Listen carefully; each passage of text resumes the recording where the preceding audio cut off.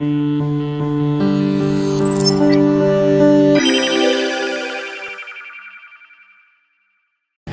China is the authoritarian systems, and their media organizations is just the tongue and the throat of a Chinese Communist Party. Their Chinese media organization has to obey that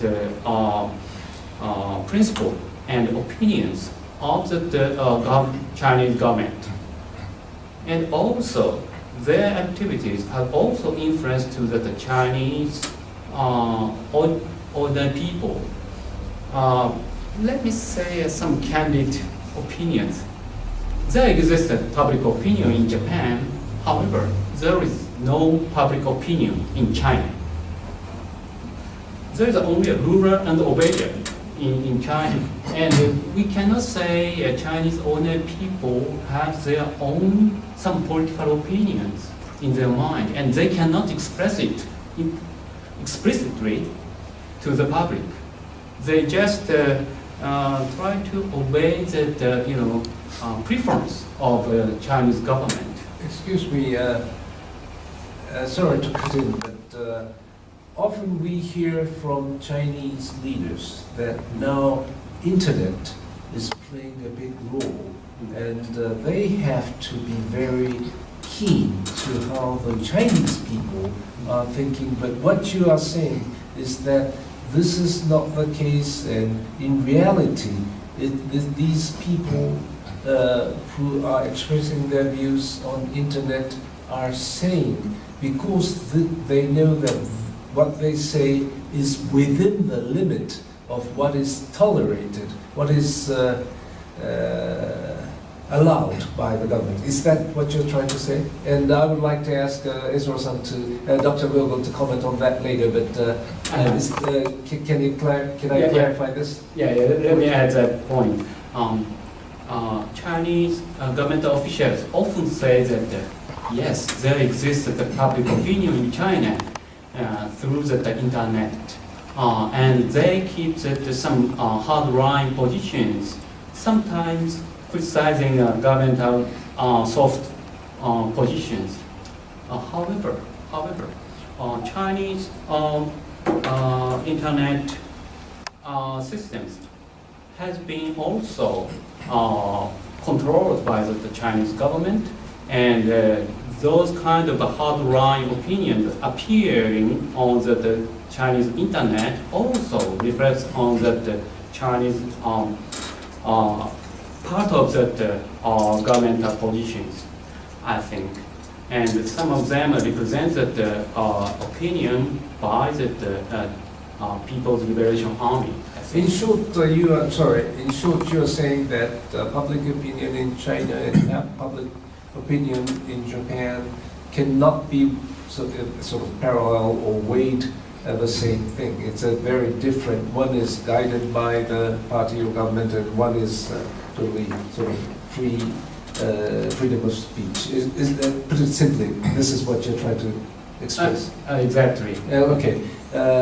Kondo-san or Ezra-san, would you like to comment on that? Yes, I would like to comment on that. I've been going to China now 42 years. And when I first went in 1973, people everywhere were afraid to say anything.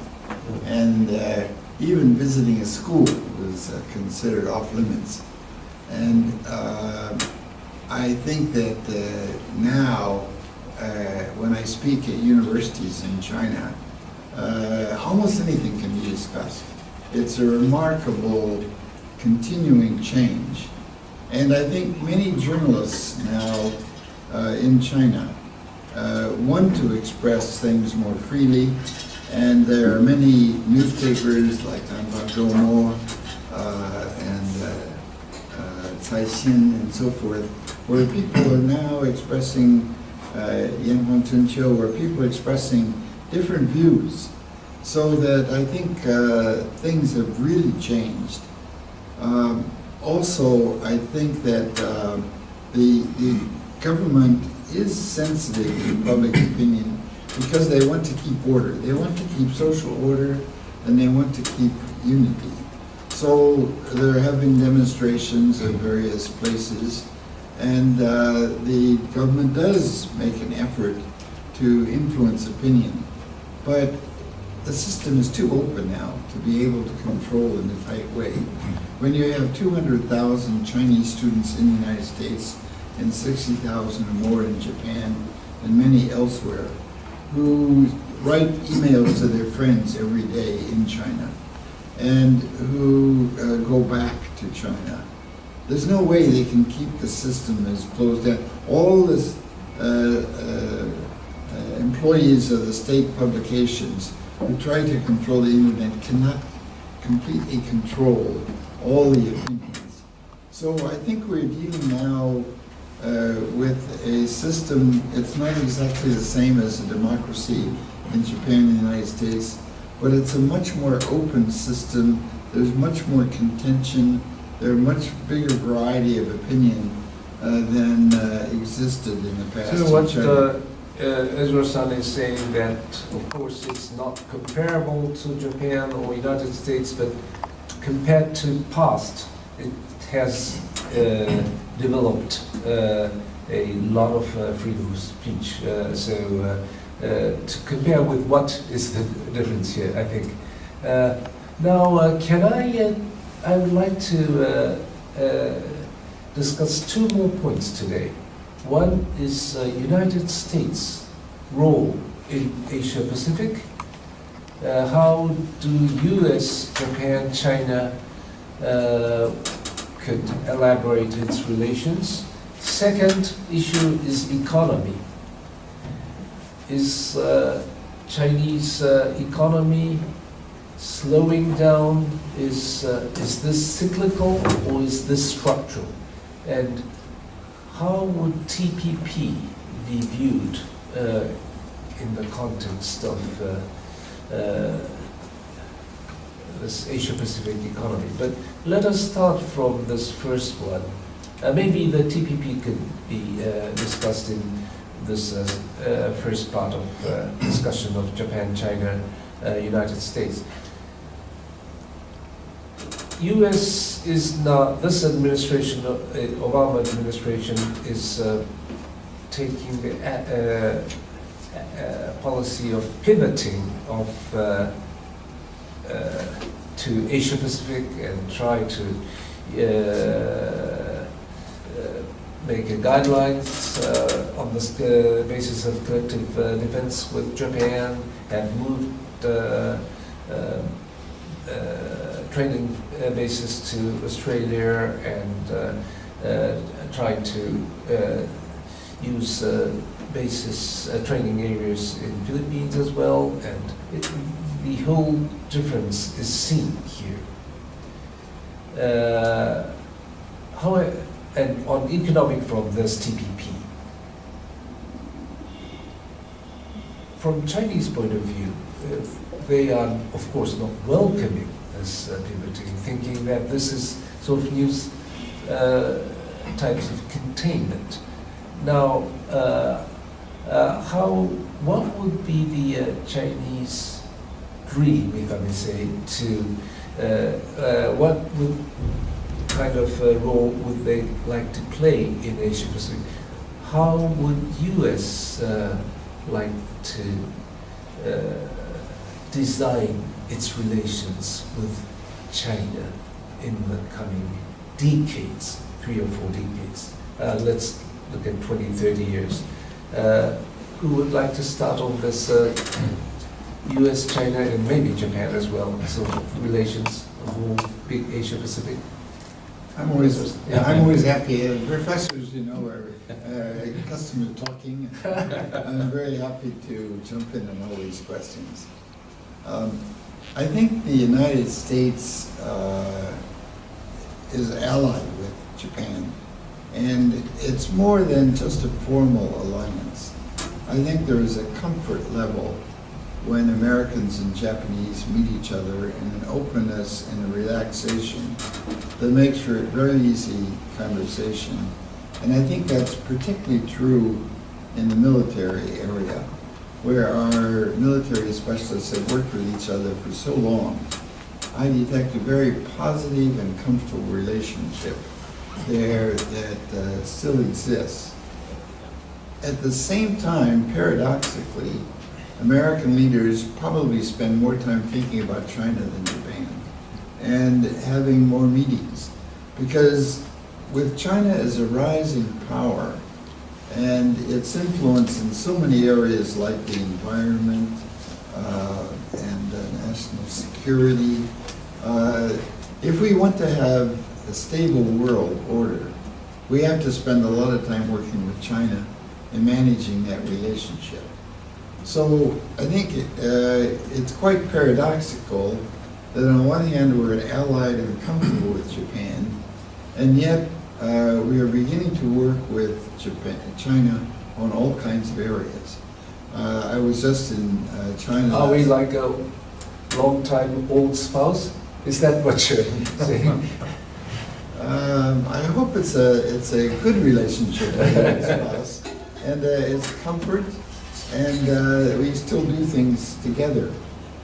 But not only do we have to work with China in so many areas, as they expand their investment abroad, and they begin to strengthen their military, and begin to move in space and deal with cyber issues where we have differences. It will take a lot of time working with them. And when I was in Beijing last week and talking to some officials who were involved in the visit of Susan Rice, our National Security Advisor, they said that we had a very broad range of discussion on issues in preparation for the APEC meetings when Obama will come to China. And another thing I would say, not only maybe is like an old spouse, but the fact is that China has many more think tanks than Japan. So on all kinds of issues now, thinking about strategy, there are many more detailed, broad-range strategic planning institutes in China than in Japan. And so when our officials meet with Chinese in various areas, we don't agree often, and we have different opinion, but I think there is a general respect that many of the Chinese working on these issues are quite serious and have done a lot of thinking and are good quality, so that there is meaningful conversation with Chinese. The big issue, of course, in the long run is as China gains more power, and if we have budgetary problems, how do we, and Japan and other countries, I think that if China begins to behave in too forward and too aggressive a way, that the other countries will gradually pull together and cooperate on a broader scale to balance China. So my hope is that, and I think many Americans feel the same way, that we can manage a stable context in the whole relationship so that we don't have to become so antagonistic. It's clearly not a Cold War, but it's a case of an expanding, confident country still on the rise that we have to work with in order to keep a global stable situation. I think the trajectory is that the Chinese will play a much bigger role in the world than the Soviet Union did. They're moving to Africa, Latin America, as well as other countries. And the rest of us, have to cooperate and work together on a lot of the same issues. And in some issues, if China pushes too hard, we have to cooperate in trying to restrict it. So Thank you very that's much. my view. Before going to the main discussion, I'd like to correct some worldly notion that Japanese budget situation is really worse. This is the overall advertisement of the Ministry of Finance. If we take the net debt of Japan and compare with US, former budget official told me it is not very much different. The Ministry of Finance is having a campaign, international campaign, or how bad Japanese situation. It's not good, I don't say. Japanese is still on some mild sort of Ponzi game, I admit. But Japanese situation a problem, and if something happened like earthquake or Chinese intervention, that's is serious. In that sense, I agree with you, but the whole notion that Ministry of Finance propagate or sort of they are doing cognitive capture of Japanese and world people. Just is that is a short.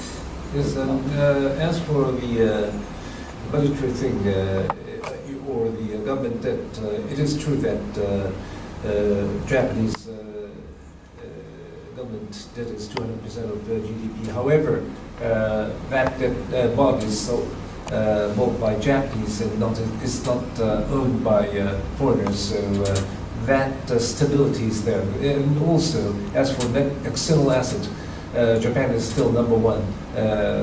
It's more than number two China, and number three Germany added. So we don't really look too much on that aspect. So we have to always keep that in mind as well. I think Kondo-san was raising a hand. Yeah, coming back to what Edra said, the U.S. role in Asia for the improvement of Japan-China relationship.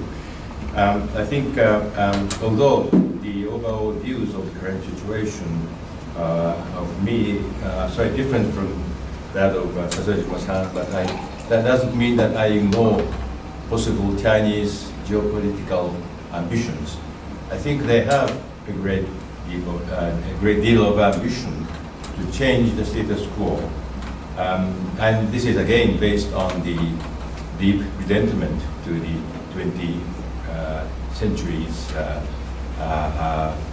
very frustrating history they have to face. So they are testing us. They are testing the international community if they can do more, if they can sort of change the status quo. But we have to remember that China, being a member of the permanent Security Council, permanent member, so they have a deep responsibility to maintain the status quo and help everyone improve the situation within this framework. So together with Russia and China, who are two of the 5 countries with veto, they are trying to change the status quo. And therefore, it is a very important role for the US to remind them of their responsibility. The United Nations may not be perfect, but it is a product of long years of wars and conflicts and so many casualties. So we have to honor the Security Council and also the UN as a whole. So here, US has a very important role to maintain this status quo. Not everybody is happy, yes, and someone wants to change the present status, but they have to do it in a peaceful manner. This is the basic principle. So US still being the number one military power, economic power, has a strong responsibility, and we, Japan and other countries have to cooperate with. So this is... as you say, I think it's true that a lot of countries in Asia would be looking upon the United States to be playing the key role of maintaining the status quo without, and they would not like to see that the status quo will be changed with forces like what is happening in Ukraine or elsewhere. That's exactly. And that's the U.S. Responsibility. Yes, the history of humans is a repetition of wars and conflicts and the reconciliation, establishment of a peaceful organization like League of Nations, United Nations, and or Paris Treaty, and etc.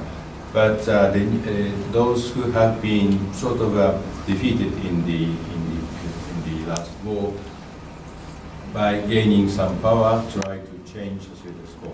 That's okay. But what has been done by Germans and others, Japanese as well, were to resort to force, military force. This is something we never should repeat. So in that respect, the U.S. Is still a heavy responsibility, although President Obama has some problems domestically, and economic situation or fiscal situation are not very favorable, but this is a very important moment for the West to maintain the growth. Thank you. And as Professor Vogel has suggested, U.S. may have budgetary issue, and people may, in United States, may think, hey, why us alone?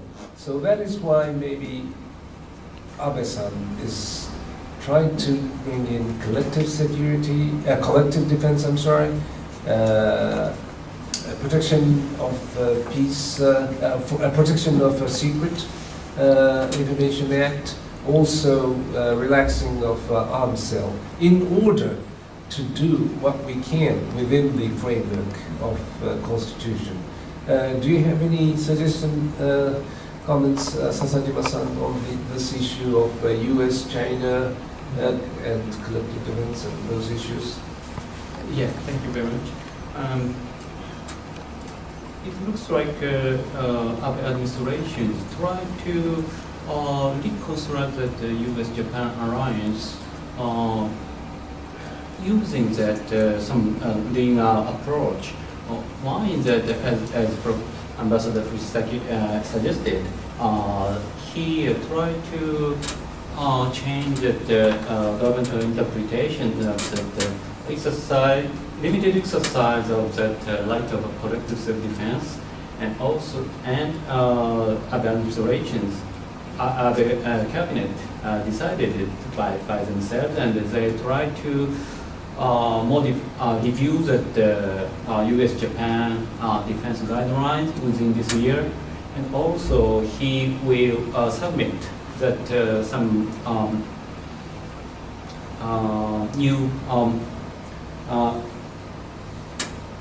modification of the several linear postures in terms of the Japanese defense systems, and I think this chain of events will enhance the relationship between Japan and the United States in terms of the security organizations. Especially, it will work at the time of the contingency within that Eastern Sea, and also that will contribute to the pirates, international pirates protections, pirates issues, and also the sea line of communications, and also the international cooperations with the United States in the coming decades.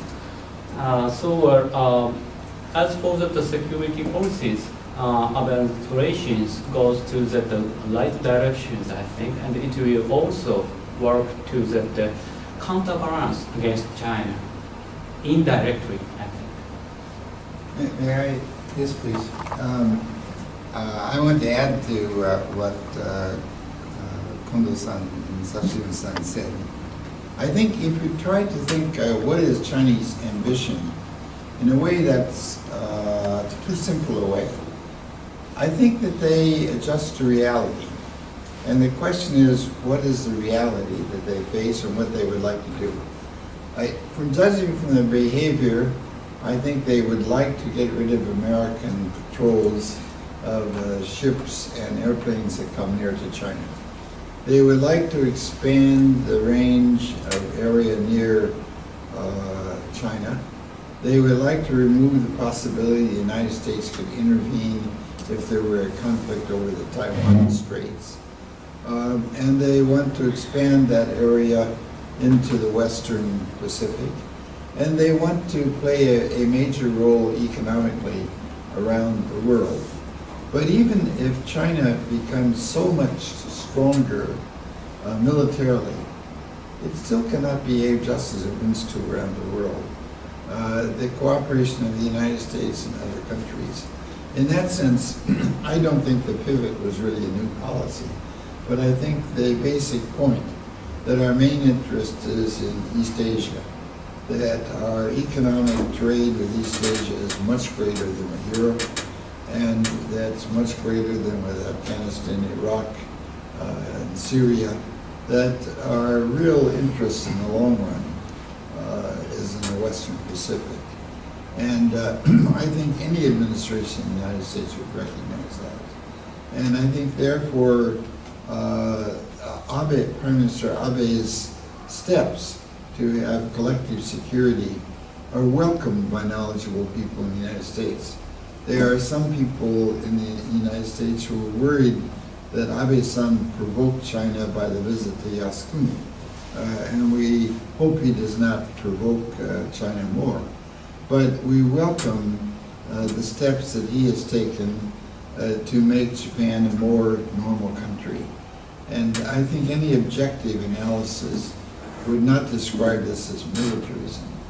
When you have 200,000 troops in Japan and 2 million in China, is Japan militaristic?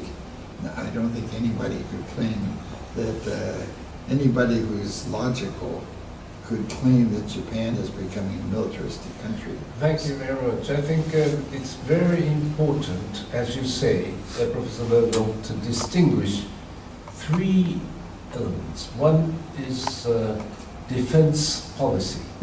Second, territory. We don't say we have territory issue, but I'm talking about Senkaku or the Philippines or Paracel or whatever. These law of the sea or territory issues. Third is history issue. And they are different issues, but some people find merit in trying to combine those three and sort of make a sketch out of that. So we have, as you rightly suggested, we have to be very careful about that. Now, I would like to discuss two more points. One is economy. One is Asia-Pacific future, more in general, institutions and things like that. As for economy, let's start from China. As I suggested, Chinese economy is slowing down. GDP is said to be 7.4%. Have problems of government corporations, debt, environment issues, and labor cost going up, and of course the biggest issue is discrepancy between those haves and have-nots. Now, is Chinese economy facing real structural difficulties, or is this a cyclical issue and that they can overcome this issue? First, how do we look at China as economy? Is it still going to be growing at a certain maybe not at 8%, 10%, but still at more than 5%. And if it slows down further, is it going to bring about a stability issue in that country? Is that going to affect world economy? How do we look at Chinese economy? Can we start from Hamada-san? Thank you. Like in Japan, that grew as a miracle, stopped or moderated its growth. Any country will reach some limit. And China has a vast territory, but water, air, there are lots of constraints on its growth. So it is natural that it will taper off or at least moderate its growth somehow. That's a general rule. So, but at the same time, I think there is a serious structural problem in finance investment area in China. I am no China expert, so please correct me, Boger-sensei, if there is some mistakes. But the subprime that shook the world happened because somebody who got housing loans could not repay, and people knew some of them will default. However, by some magic of portfolio or like diversification and so forth, they thought compound securities out of these inferior loans can maintain, and it was found out like Cinderella's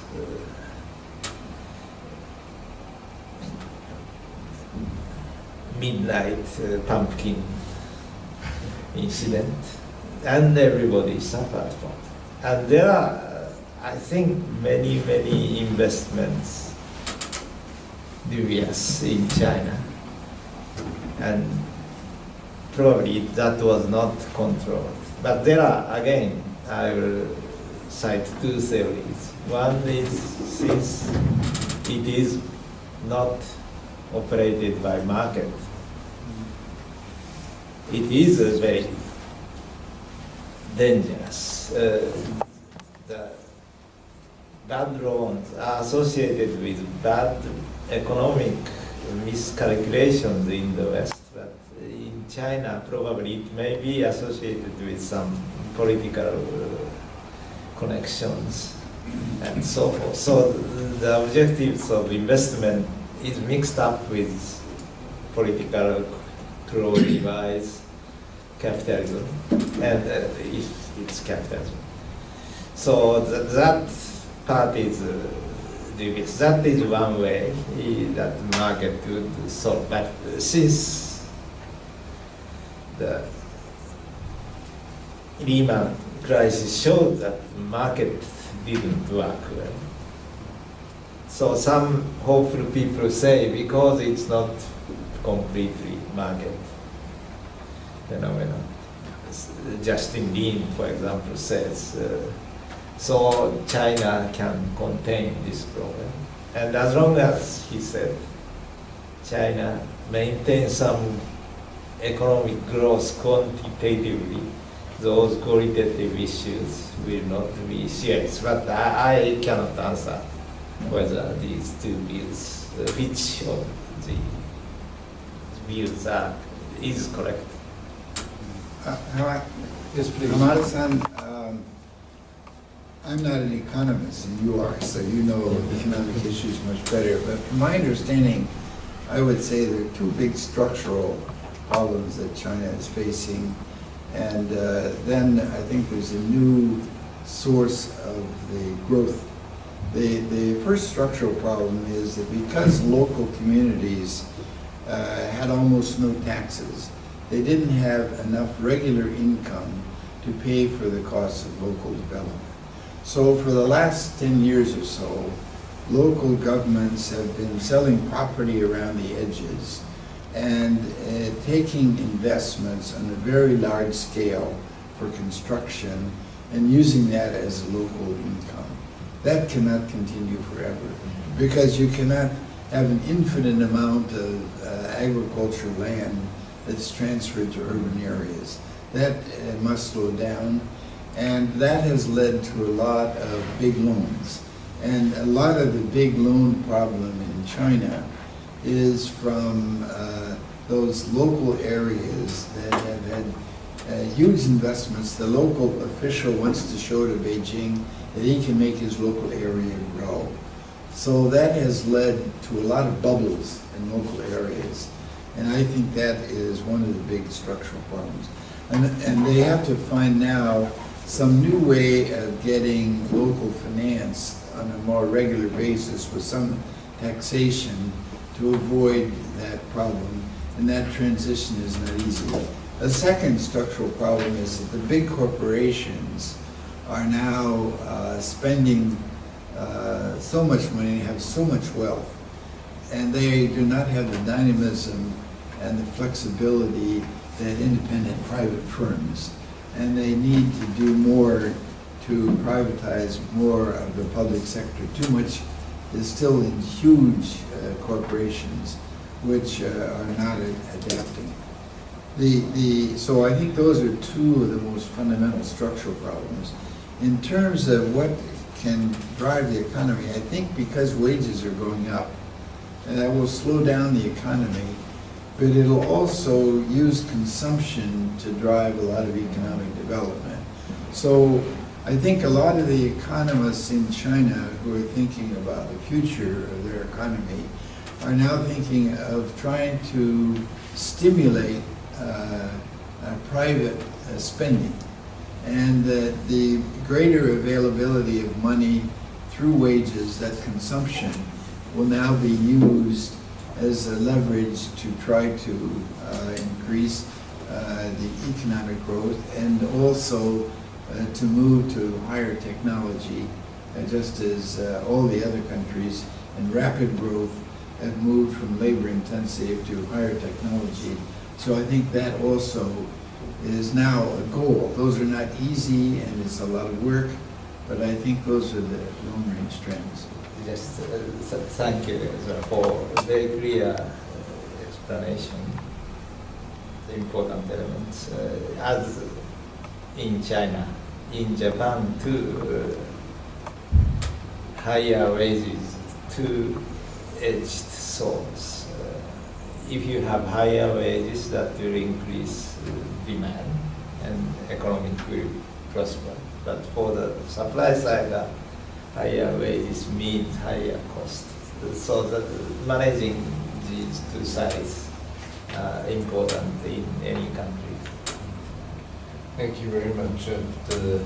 For the moment, I think Anderson has been successful in advising the big companies in Japan to go for wage increases. As for middle and small size and local, it may need some time span, isn't it? Yes, Japan. but what is gaining now is not organized labor. And newspaper sometimes criticizes, but part people who, or some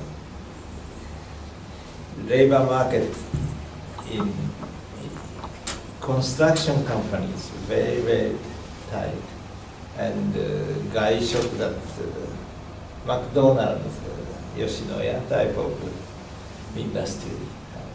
And the second one and so forth do not lead to base up that people want, the economists want, but it is increasing the total wage bill quite rapidly. So unfortunately, Abenomics is tricking down.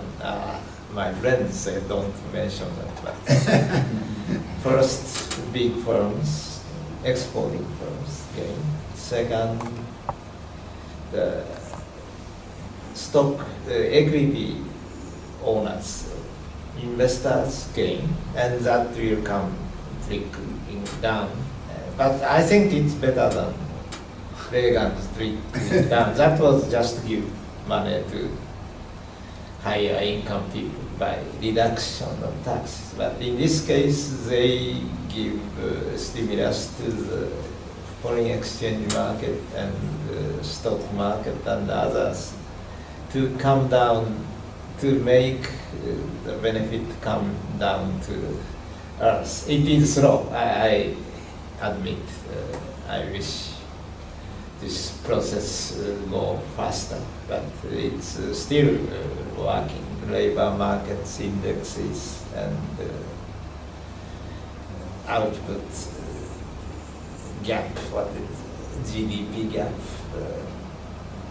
those are showing universally, locally also, everywhere it's improving. So the basic health of Abenomics is fortunately healthy right now. Thank you very much. Is there anything you'd like to add on the economy? I'll ask to the Professor Hamada. It seems that still now top priority for the Chinese economy is that the reform policy towards the governmental corporations. Former Premier Wen Jiabao tried to proceed that the reform policy for the governmental corporations, but he couldn't achieve that. Although still that the Chinese economy has kept at the 7 to 8% increase of the economic growth. But is there any possibility that President Xi Jinping and his administration can achieve that reform policy of their governmental corporations? It looks like they try to criticize the foreign industry so far within China. I think it is just a superficial phenomenon. But what do you think about the future of the governmental corporations in China? I agree with you, the last part very much. And I cannot talk about China, but generally structural reform is very difficult. And in case of Japan, the reason I was not so welcoming about the structural reform was the demand because of poor monetary exchange rate policy. Demand was always in short, so increasing efficiency and supply of the capacity used to be not so effective to increase the actual output and employment. Now it is coming to the stage that we have tightness in labor, construction market, etc. So I think from now on, supply side is very important. However, there is an intrinsic difficulty in structural reform, particularly on public sector. We have to use bureaucrats to improve the efficiency or to make the regulations leaner and more efficient. But many of the bureaucrats are getting many benefits from regulations in Japan too. So they resist any reforms. For 34 years, there was no new medical school built in Japan. It's incredible in this very fast moving modern technological society. But they try to keep the doctor's market to be profitable and so forth. And I think I say this is like disrobing your samurai's armor by samurai themselves. So always there are resistance from welfare ministry that labor regulations should not be relaxed, etc. And that is just to keep some of the interest of the bureaucrats who are controlling or who have some position to parachute into, and the vested interest of those people in the group. So because of this difficulty, I think structural reform is extremely difficult, and I think that will apply to China. And the only hope of the present cabinet is Mr. Abe and Mr. Suga always in favor of improving the quality of the bureaucratic system. Whenever there were some resistance from groups and particularly bureaus to register certain liberalization schemes, then 2 weeks after that, I'm seeing from abroad, Mr. Suga come to the press conference, and we will consider, for example, corporate taxes. There are strong opposition from Ministry of Finance, but after a while, Mr. Abe and Suga persuaded others to proceed. Thank you very much. Now we are coming to close, but before we end, I'd like each of you to touch up on your views on how to improve our Japan's relations with China. How do you see Asia Pacific in coming decades?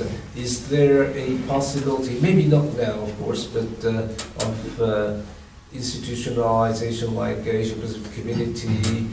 We don't hear that too often, but using these TPP and APEC as a tool to go to that kind of EU type of community in the future. This is a little far-fetched, but how do you look at Asia Pacific in the future? So these two issues. One is the immediate issue of how to improve relations with China, how to engage China more into the international community in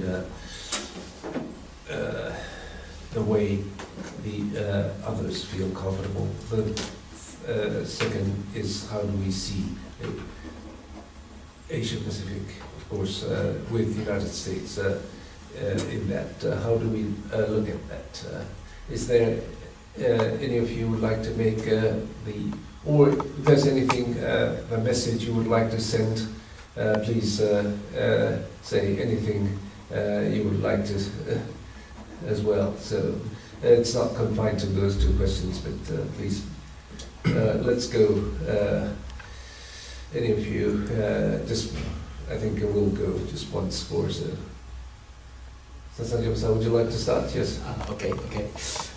I'm a youngest among these prominent figures, so let me start some young ideas.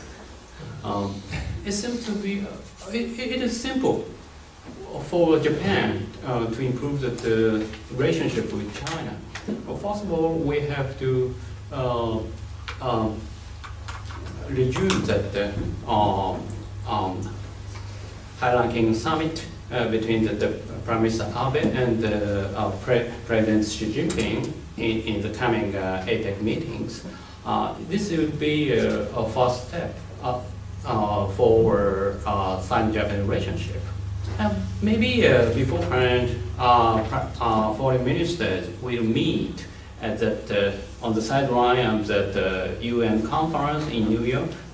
This will be a first step. And secondly, both leaders will seek that summit meetings in Beijing on the sideline of the APEC meeting. But this is just drawing of the immediate case.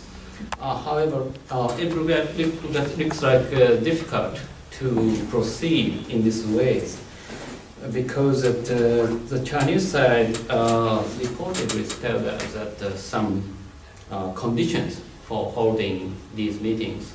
One is that they need some concessions from the Japanese side in terms of the Senkaku Island issues. They want Japan would admit that the existence of the territorial issues as for the Senkaku. That is one of the conditions for them, and also they want that Prime Minister Abe will not visit that Yasuni Shrine again, and they need, they wanted some apparent promise with the Prime Minister Abe, but maybe Prime Minister Abe will not say anything about that. This is his position. So if we see that these two agendas, it looks like difficult to solve these two issues soon. But maybe both government officials try to negotiate, trying to find out that some achieve some agreement. Maybe Japan should not take any conditions about it, but let's wait and see. Maybe government official will seek that some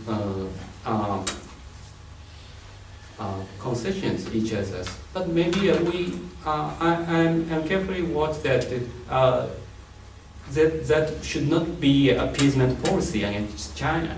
If we take that some appeasement policies, it will lead to some new another concessions in the future. So we have to look at that some process of that goal of that some meetings. But maybe in the future we should mute this kind of noise of territorial issues, and both China and Japan can enjoy the peace and prosperity in the future based on the interdependent relationship. So maybe TPP negotiations will be a first step, and in the future I hope that China will join the TPP in the midterm levels. In short, what Sasajima-san is saying is that government officials are trained to find the right language where both leaders can explain to their constituency that he has not conceded. In short, and also you are saying that it's important not to follow the step of Chamberlain in the Munich, too much appeasement with this government. Now, is there other, Kondo-san, please? Thank you. I have 2 points to make. First, it is very a conventional wisdom, but you have to continue and increase people exchanges. Because if there's a bad press about China, but if you have a Chinese friend, you remember his or her face, and your reaction to the bad press will be calmed down. But if you have no Chinese friends, then you think that all the Chinese are demons based on this press. So this is also the case in China. So this may not yield a result, but we have to continue and increase people-to-people exchanges. I have met with master school students who are studying at the Ohira School in Beijing, and they are working on master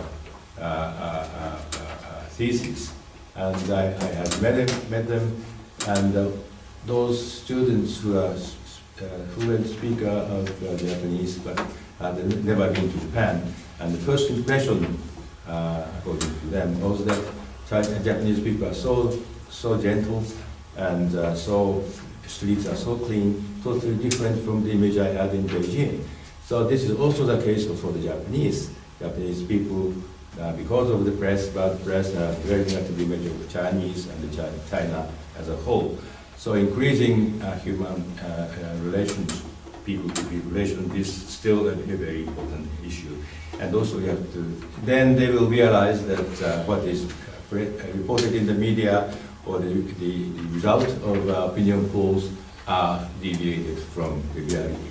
This is very important. And secondly, we have to create a favorable atmosphere for the leaders to withdraw their fist, as I said earlier. maybe the business people, the artists, people in the world of culture and media tell leaders that it is our national interest to improve the relationship rather than sticking to nationalism. In this way, we can create a favorable atmosphere for both leaders to make a step forward. So those are two things that I want to suggest. There is no magic wand to improve the situation overnight. Hamada Sensei, just a few words on TPP. TPP is very helpful, and first of all, I would explain to you that Japanese agriculture is no longer backward industry. It's people all over the world love Japanese cooking. And in order to make really good Japanese dish, they need fresh vegetables with clean water from Japan. Moreover, I had Nagoya area's flowers are most precious in Asian countries. So some part of agriculture can be a good export competitors.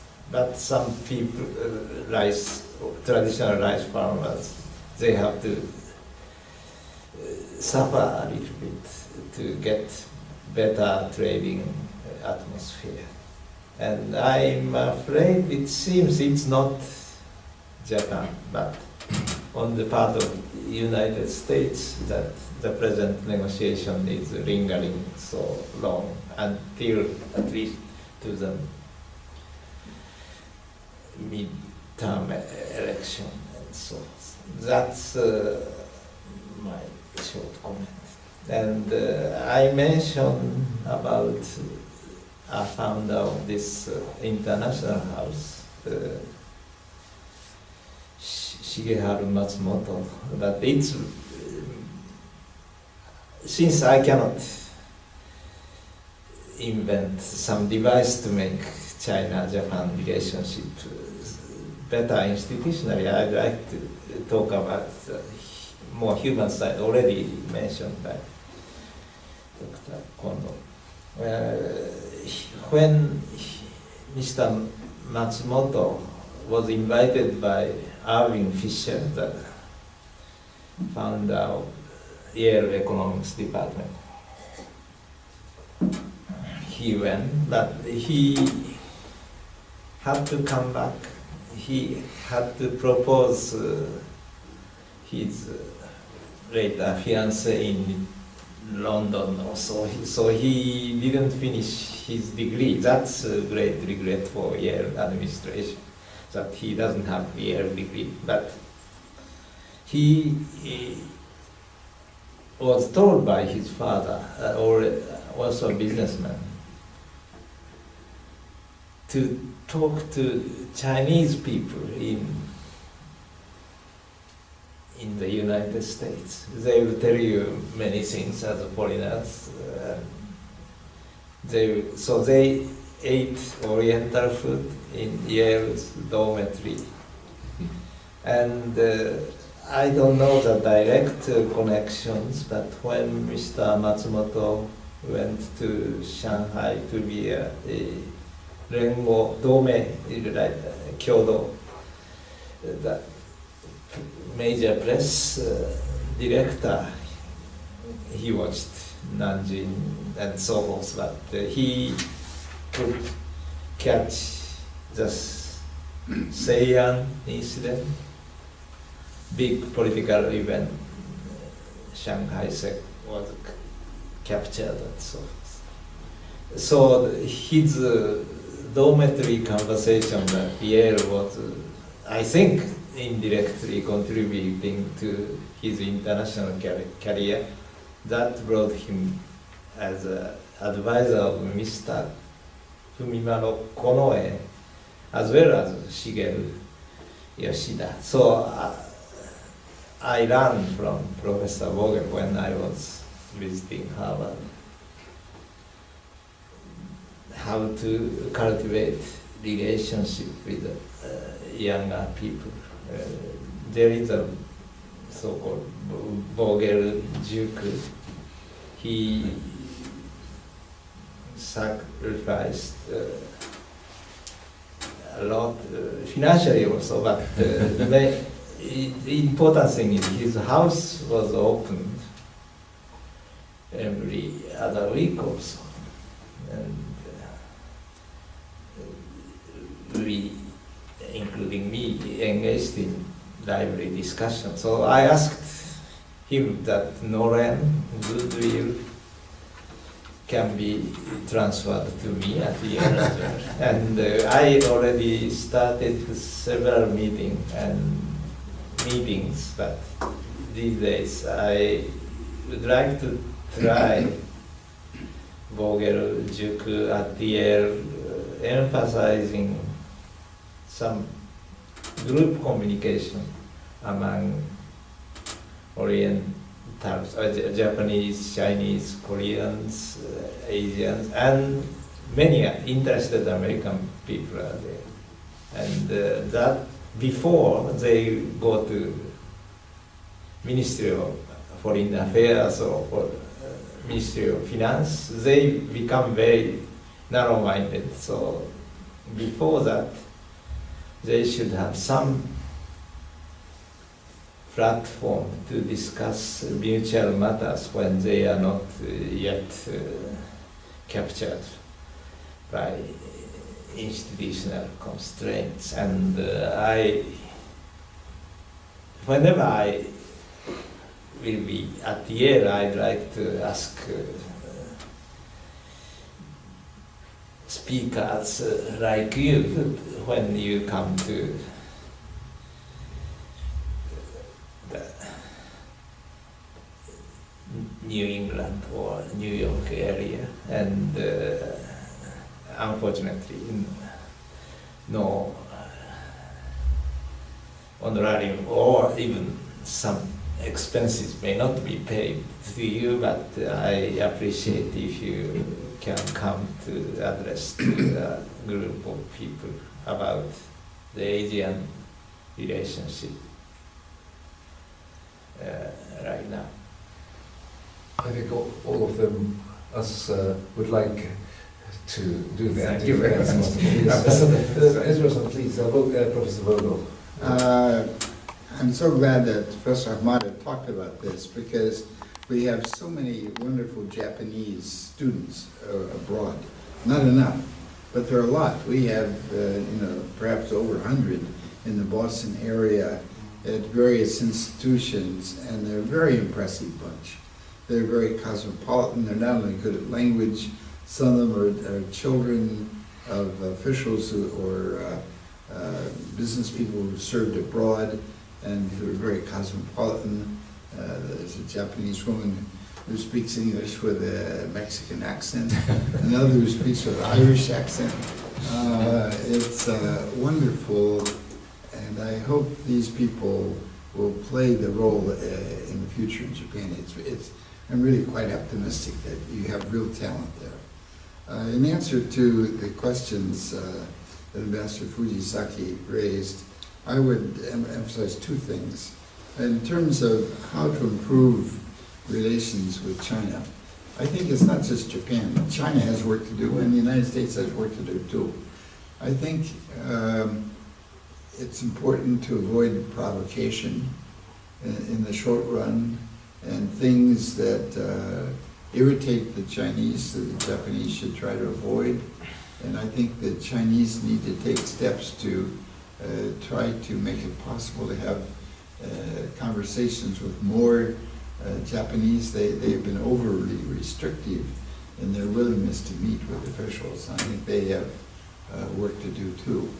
I think in the long run, though, in addition to these exchanges, we need a vision where the Chinese will stop the anti-Japanese propaganda that comes from movies of anti-Japanese and the way they handle news and in museums, and to give a more balanced picture of what's going on in Japan. And I think on the Japanese side, the young people need a better understanding of World War II. I think the Chinese are wrong when they say that the Japanese do not reject World War II. I think Japanese do. But I think the young Japanese people could learn more, and that if they have a better understanding of how their neighbors in Korea and China feel about the colonial experience in Korea and Manchuria, and have a better understanding of the past of World War II, to better understand how their neighbors feel. I think that could play an important role, so when exchanges do take place, there'd be better understanding. So those are my main suggestions for improving relations.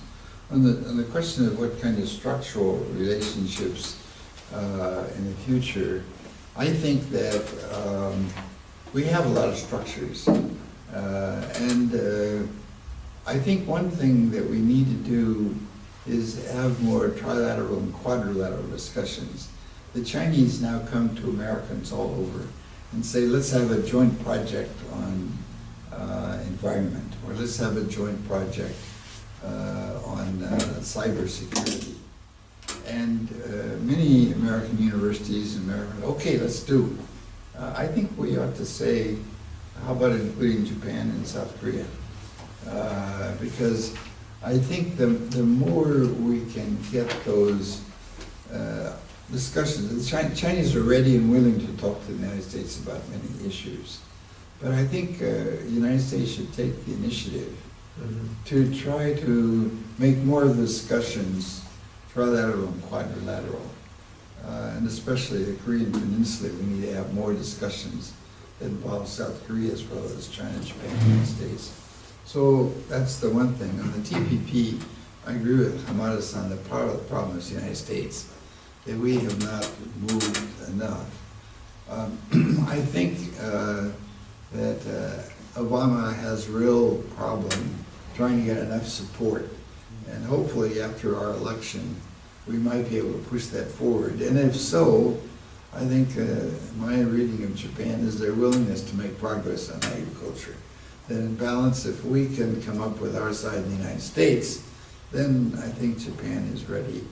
And I think also China now has a new attitude toward TPP. They were first frightened that this may be a way of scaring China and keeping them out yet and isolating more. But I think they've come to realize that international trade is very much in their interest, and opening it up further is in their interest. And it's like some of the Japanese bureaucrats in the 70s and 80s who wanted to use Gaiatsu to make domestic reform. I think some Chinese realize, naturally they don't use the word Gaiatsu, but it's the same idea. They want to use Gaiatsu from these international organizations. Zhu Rongji was very wise in thinking of how to use World Trade Organization to push reforms in Japan and China. And I think they believe that participation in international organizations is a way of promoting domestic reforms that they want to take place.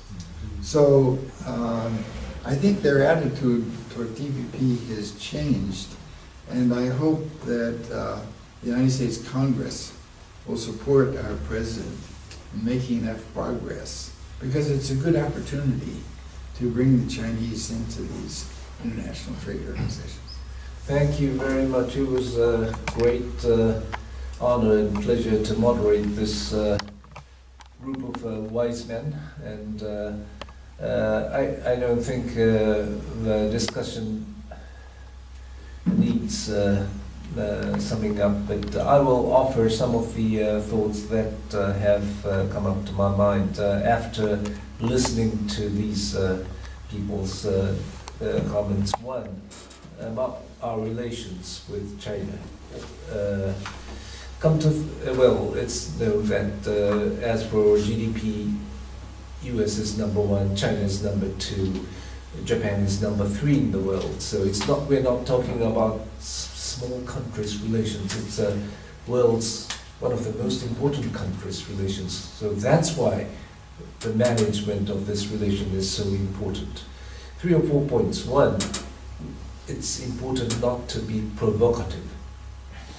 Not from Japan, not from China. It's important that people will keep this principle. Second, the importance of education and media. Not to try to foster hate psychology. At the same time, we have to teach young people the importance of how others feel about us, how others look at World War II, and things like that, I think is always needed.